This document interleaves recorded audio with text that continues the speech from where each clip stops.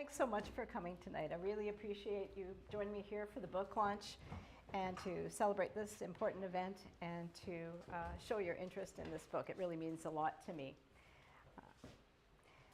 This launch event is made possible by the Toronto Lit Up program, which is designed to spotlight new works and empower Toronto writers.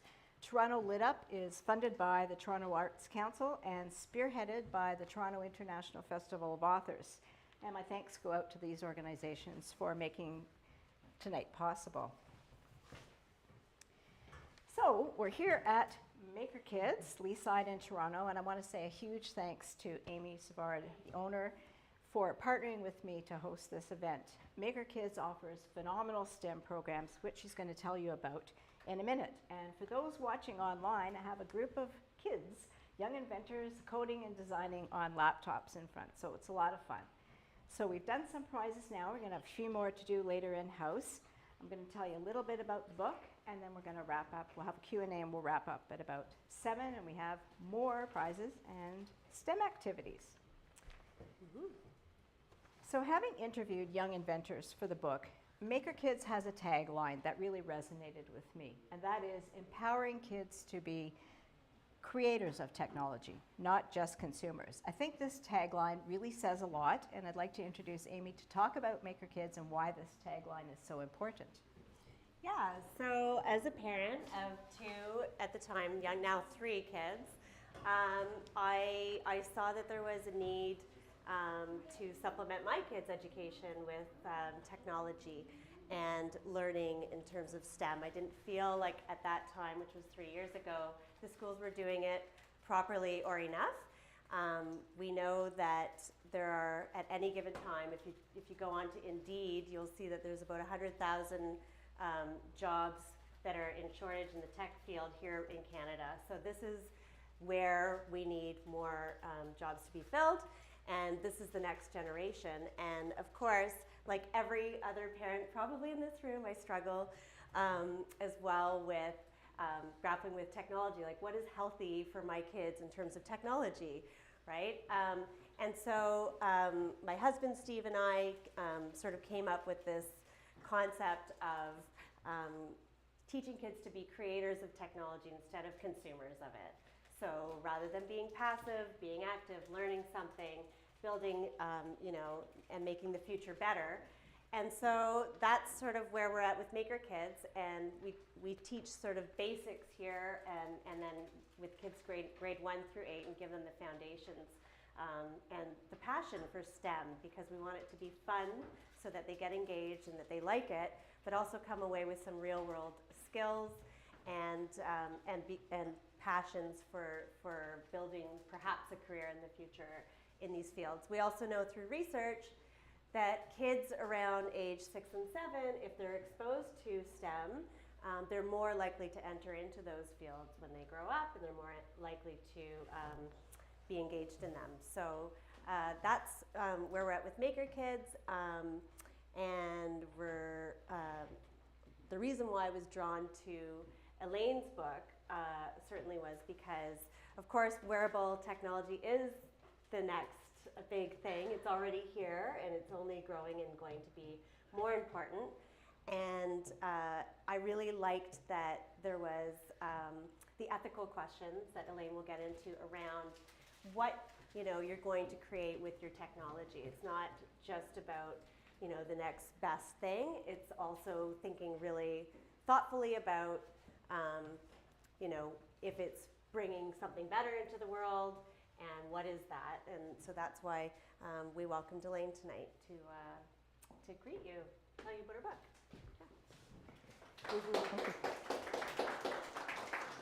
Glasses off.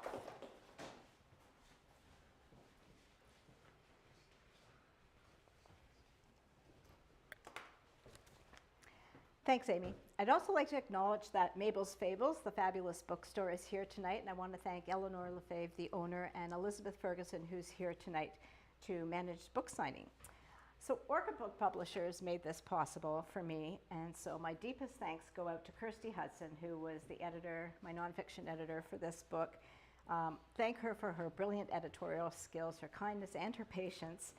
And also really my thanks go out to the whole ORCA team, Georgia, Olivia, Dahlia, Rachel, and Leslie. Thank you so much for your unending support for this topic.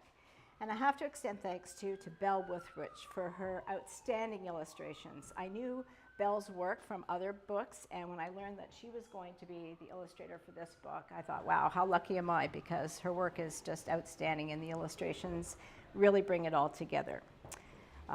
Although writing is a solo activity, you need tons of feedback, and so I'm so grateful to all of the experts and fact checkers who talked to me, interviewed me with me, and provided feedback on the manuscript. And to friends and authors who reviewed the many drafts and cheered me on, my deepest thanks to everyone. And of course, not last but least, Michael, my husband Michael, and daughters Nicole and Allison. Truly, this book wouldn't be here without you, and I can't begin to thank you for your unending support. So Superpower, the Wearable-Tech Revolution. It's a nonfiction book for middle grade readers, ages 9 to 12, and it explores the field of wearable tech, the exciting ways wearables are improving our lives, but also the challenges and the dangers that lie ahead, and how to prevent them with responsible design. In the book, readers meet engineers, scientists, designers, and young inventors who are shaping the future of wearable technology and helping people survive, thrive, and live better lives. In fact, I feature young inventors in the book. For example, this team of robotics students, they worked on a prototype to help astronauts with their mental health because space missions are long and lonely. And so the students designed a robot with a 360-degree camera to record videos in the astronaut's home. And then they send the footage to the astronauts in outer space where they'd watch it in virtual reality. And VR experiences are so real that they could feel like they're part of their family's experiences and feel connected. And hopefully that would alleviate some loneliness and mental health issues. When I was interviewing the young inventors, I was struck by two things. One was their steadfast passion to build technology that would help people and make the world better, and also their keen awareness, not just about the benefits of tech, but also some of the risks of technology. And all of this goes to the MakerKids tagline that we were just talking about.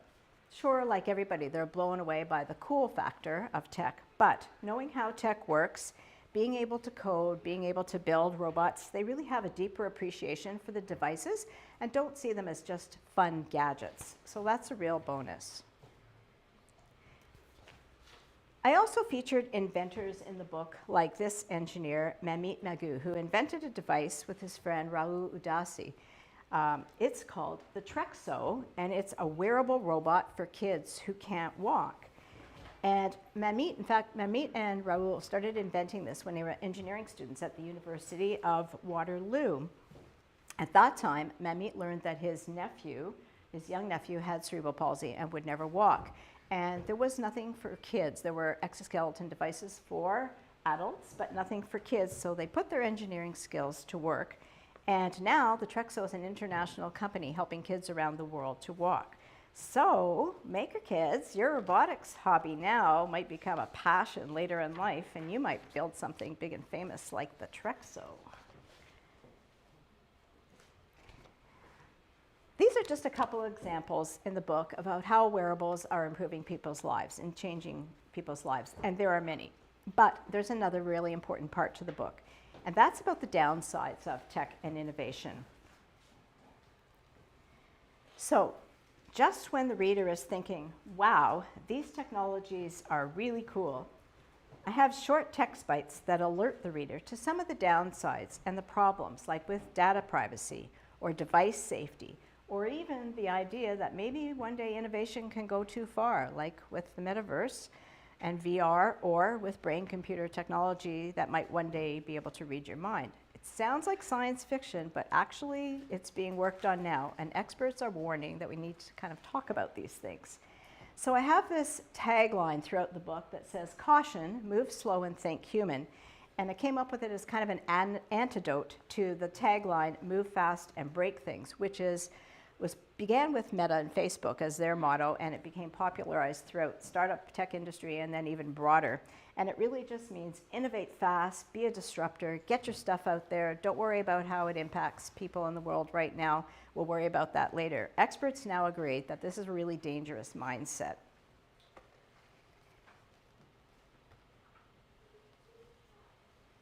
So the last chapter in the book is about how inventors of all kinds are advocating for the responsible design of technology. It's about moving slow, thinking about the impacts of tech on people, and thinking about this and acting on it before the technology is out there creating harm. And it's using things like ethics, values, principles, team diversity, and other ideas that are part of responsible design to guide them when they're building technology. And I explain a little bit about this in the book and about why responsible design is so important. For example, computing professionals have a lot of power. They write code that influences pretty much everything in society, from the stories we read to the personal data that companies collect to the devices we use. And you've probably heard of the Spider-Man line, the famous Spider-Man line, with great power comes great responsibility, and you got it. Yeah. So all of these professional and computing associations, engineering and computing associations, have ethical codes of conduct that their members have to abide by, and that holds them to the highest standards for designing safely and ethically. And it helps the developers think through what's right, what's wrong, what's fair, what's not fair. So MakerKids, if you learn to code, you're going to have a lot of power, but guess what? A lot of responsibility too.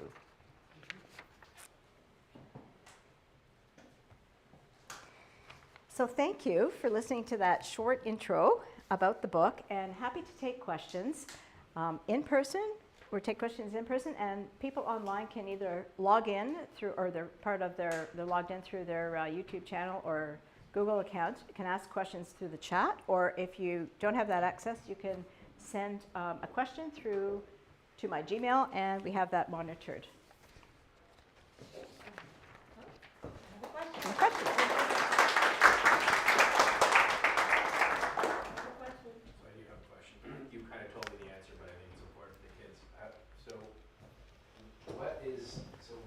What got you into this, and talk about your background before you started writing? You're not a writer up until now, obviously, but you started in a different career, and it drove you to this. Yeah, I mean, I guess I was a writer, but for adults. So my background is in health policy research and writing, and was part of healthcare system design and writing reports for governments. But in one organization that I worked for, I became aware of a lot of research around wearable technology for kids, for adults. So that is how I became aware of wearable technology in the health field.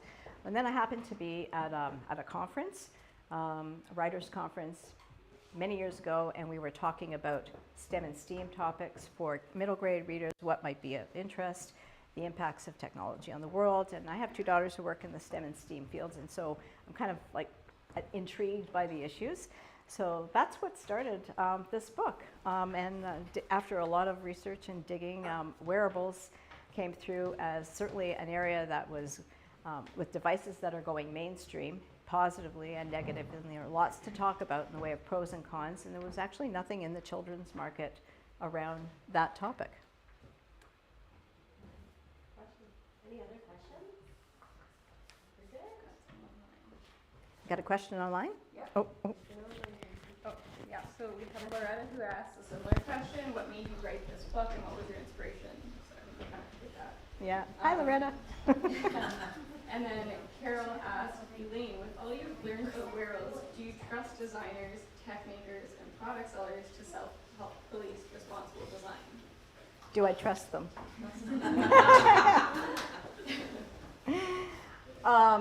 Well, I would say that after writing this book, I'm a lot more aware of the downsides and the risk. And I would say that I wouldn't buy a wearable unless I knew more about how the data was being stored. So I would want to be doing my research and making sure that I'm buying it from a reputable company.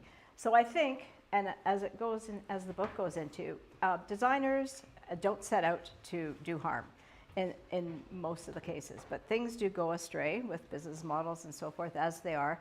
and they get caught up in worlds. And so I think overall, yes, I trust, but I think it's up to us to do our due diligence about the research and know what you're buying, know what you're getting into.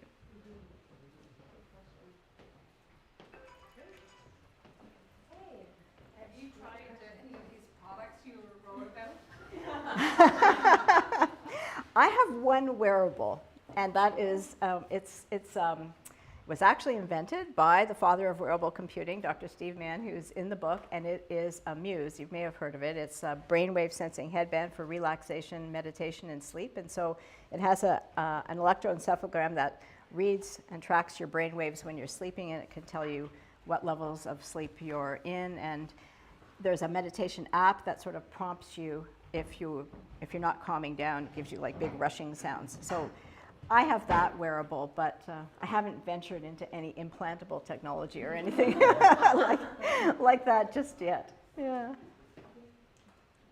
Can we also ask MakerKids questions? Oh, sure. Yes, of course. Okay, so I'm really new to MakerKids, and I'm really curious for my son, whether it could be interesting for him. And so would love to hear, maybe from one of the parents here, like what does it do to your children to be part of the Makes your MakerKids kids program? smarter. Yeah. Wow. Like I coded a really good video game on my computer. That's And it's cool. actually a really working game. But it also wants to make them play Minecraft more. It's a pretty educational game. That's cool. Like, yeah. What about the parents? Do they have something to add? Do we have any parents who want to tell us? I think it's not yet. Okay, I think a couple of the What parents. have you seen? What have you seen? Well, I've seen all kinds of wonderful things, you know, a person's drawn to. But, and my kids, I guess technically I'm a parent too, because both of my kids have been taking some of the programs, have certainly done the summer camps. And what I see is definitely learning the skill sets, learning, you know, some kids are coming in here at a very young age and they don't even know how to use a computer. So they're learning very, very basic skills. And then other ones are coming in and they're really enriching or augmenting. They're on the, you know, more advanced side, and they're doing everything from coding their own websites to creating their own robotics gear. We've had some incredible instructors come through that just inspire them, have worked with them on their own custom projects. So, you know, we do have kids that come and go, and then we have kids that stay the whole way through. And, you know, and now they're on robotics teams in high schools, and they're competing in the States and doing all kinds of amazing things. So, yeah, really impressed. Mm-hmm. I think there's another question online. We have a question from Lisa. She says she loves the story about Christina Mann. Do you have a favorite story of the young inventors in the book? Ooh, that was hard. They were all so great.